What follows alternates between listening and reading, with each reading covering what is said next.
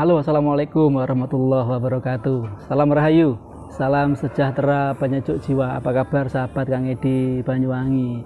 Jangan lupa setelah didulek, jangan lupa share, like, dan subscribe, atau perlu komen di bawah kolom komentar ya, untuk ada masukan, mungkin untuk kualitas konten-konten Kang Edi. Tetap mohon masukannya. Baik sahabat Kang Edi Banyuwangi, di season kali ini tetap akan saya sedikit bahas tentang ruqyah tanpa kesurupan. Dari kemarin dan tadi pagi juga saya sempat share di beberapa media sosial saya ya, di kontennya, di channelnya Kang Edi atau di media sosialnya Kang Edi. Ada beliau seorang mungkin mursyid torekoh di Jawa Barat sana atau di Banten ya, saya kurang tahu beliau. Dan itu timbul pertanyaan dari sahabat-sahabat Kang Edi, karena sempat saya potong sekian detik saat beliau mengucapkan tentang kalimat ruqyah, dan ada beberapa peruqyah itu saat meruqyah pasiennya kesurupan, kemudian si pasien itu menunjuk-nunjuk di dinding sana, yang kebetulan di sana itu ada kaligrafi, yang menurut si peruqyah itu kaligrafi itu merupakan tempat atau mengundang jin masuk ke rumah itu dan membuat tidak tenang penghuni rumah itu. Dan karena gangguan-gangguan itu katanya disebabkan oleh kaligrafi itu, yang notabene katanya, kalau saya tidak paham tentang kaligrafi, menurut beliau sang ustadz tadi, guru torekoh ya, itu beliau itu mengatakan bahwa kaligrafi itu adalah asma-asma nama-nama para nabi, ashabul kahfi katanya, yang kemudian sama sang ahli, katanya yang ahli ruqyah itu akhirnya punyanya orang itu diambil ya, kaligrafinya terus dihancurkan. Itu memang ada videonya, itu saya tonton itu. Nah kemudian beliau juga bilang di atas ruqyah itu masih ada ruqyah. Nah itu juga timbul pertanyaan dari sahabat-sahabat Kang Edi. Katanya menurut Kang Edi statement itu bagaimana? Ya Kang Edi mungkin belajar pengobatan alternatif non medis itu dari 2007 ya. Itu mulai belajar dan mulai aktif di lapangan, maksudnya langsung ketemu dengan pasien-pasien seperti itu. Dan memang ada ruqyahnya, yang betul kata beliau bahwa ruqyah yang kami lakukan itu memang tidak perlu menggunakan baca-bacaan panjang, doa-doa yang panjang, dan tidak pernah menyalahkan apapun yang ada di dalam situ, khususnya yang ada di dalam rumah si pasien. Dan kita selalu menjaga untuk selalu juga tidak menyalahkan makhluk yang ada di dalam pasien itu sendiri, karena kita lebih mengkoreksi tentang pasien itu sendiri, sebabul nuzulnya, sebab akibatnya kenapa kok sampai sakit, diganggu jin dan segala macamnya, yang katanya diganggu oleh jin atau makhluk astral.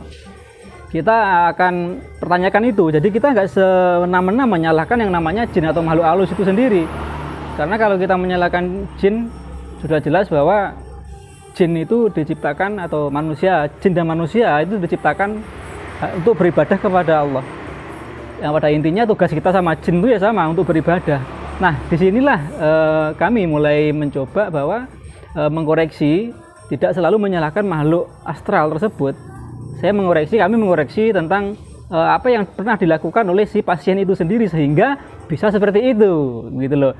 Jadi saat kita melakukan kontak dengan si pasien, kita tidak perlu menggunakan bahasa-bahasa, kalimat-kalimat atau doa-doa yang memang terlalu panjang. Betul kata beliau, kadang-kadang kita cukup menyentuh saja, kita sentuh, kita bicara, ya sudah, mari keluar, ya sudah, mari, ya sudah, kita sentuh aja, sentuh ringan saja. Memang betul apa yang kami lakukan, kami alami memang seperti itu. Betul kata beliau, yang beliau ahli torekoh atau mursyid torekoh tersebut ya. Kita nggak perlu sampai menyakiti si pasien itu, dan itu memang bisa dilakukan. Sekali lagi, memang cara ruqyah atau pengobatan alternatif non medis itu bisa dilakukan tanpa harus menyakiti si makhluk yang ada di dalam tubuh si pasien. Karena kita sekali lagi harus tahu riwayatnya, gitu loh. Kenapa kok sampai pasien ini diganggu? Kecuali kalau memang ada jahil orang lain atau iri dengki orang lain dikirim, itu beda lagi ya sahabat Kang Edi. Ya, jadi ini tiba-tiba nggak ada kasus apa-apa kok diganggu, atau kemungkinan dia memang belajar sesuatu yang memang sengaja untuk mengundang makhluk itu masuk dengan tidak sengaja, dengan menggunakan ayat-ayat tertentu. Dia nggak ngerti karena dengan ayat tertentu dikira fine baik-baik saja, ternyata justru malah mengundang makhluk untuk masuk ke dalam dirinya. Dan itu yang kita kaji. Kita nggak boleh semena-mena dalam meruqyah, dalam mengobati pasien khususnya non medis, tidak semena-mena kita menyalahkan si makhluk astral atau jin tersebut. Karena saya beberapa kali ya saya sempat baca-baca di Al-Quran dan di tafsirnya bahwa tidak ada di sana jin itu menjadi musuh kita. Jin itu nggak, saya belum baca di sana, belum ada jin itu menjadi musuh kita. Yang jelas kita dilarang meminta pertolongan kepada jin laki-laki gitu loh. Sama kalau kita kepada manusia minta bantuan terlalu mengkultuskan manusia juga kita salah kok gitu loh. Ya paling tidak intinya bahwa betul saat kita mengobati kesurupan, saat kita meruqyah, kita mengobati penyakit non medis, kita akan koreksi dulu dengan personalnya gitu loh. Yang jelas kalau memang ada gangguan-gangguan makhluk astral, tanda petik katanya jin, ya kita mengeluarkannya pun tidak memaksa.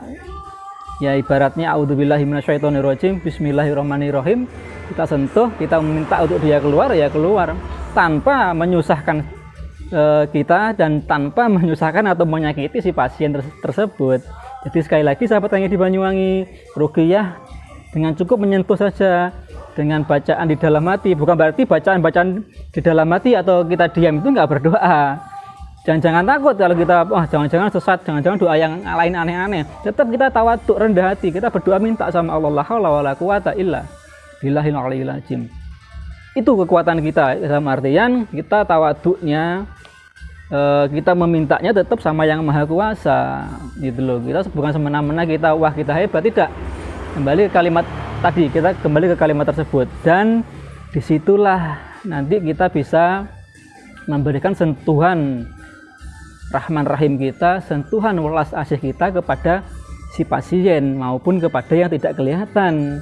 Akhirnya beliau pun yang tidak kelihatan bisa sukarela tanpa kita paksa, tanpa kita sakiti, bahkan tanpa kita sembelih, tanpa kita pukul-pukul, tanpa kita bakar, beliaunya sukarela mau keluar dan pergi dari raganya. Kemungkinan kalau memang kita memaksa dengan doa-doa tertentu, kita paksa, kita coba mau bakar lah, kita coba mau bunuh lah, dia akan sembunyi, betul, dia akan sembunyi di balik di balik raga kita ini. Dia akan sembunyi di sela-selanya, di pojok-pojok, seperti mungkin di sini ya, di pergelangan. Dia juga bisa sembunyi di antara leher itu sama kepala itu. Kalau tengkuk ini sembunyi, kadang bisa sembunyi di ketiak, dan dia persendian dia akan sembunyi sementara seolah-olah dia memang sembuh gitu loh. Jadi sahabat Kang Edi Banyuwangi, mari untuk sahabat-sahabat spiritualis juga untuk melakukan pengobatan non medis khususnya jangan terlalu menyalahkan dunia astral di sebelah, dan jangan selalu menyalahkan makhluk-makhluk dimensi sebelah yang seolah-olah mereka itu salah terus dan kita selalu benar. Jadi sekali lagi di atas ruqyah masih ada ruqyah, di atas ilmu masih ada ilmu. Islam itu tidak sempit, Islam itu seluas samudra, seluas langit dan bumi. Mari belajar untuk betul-betul mengaplikasikan Bismillahirrahmanirrahim itu sendiri, baik dalam diri kita, lingkungan keluarga kita, dan masyarakat. Semoga manfaat. Kurang lebihnya saya mohon maaf. Wabillahi taufiq wal hidayah. Assalamualaikum warahmatullahi wabarakatuh. Salam dari Banyuwangi.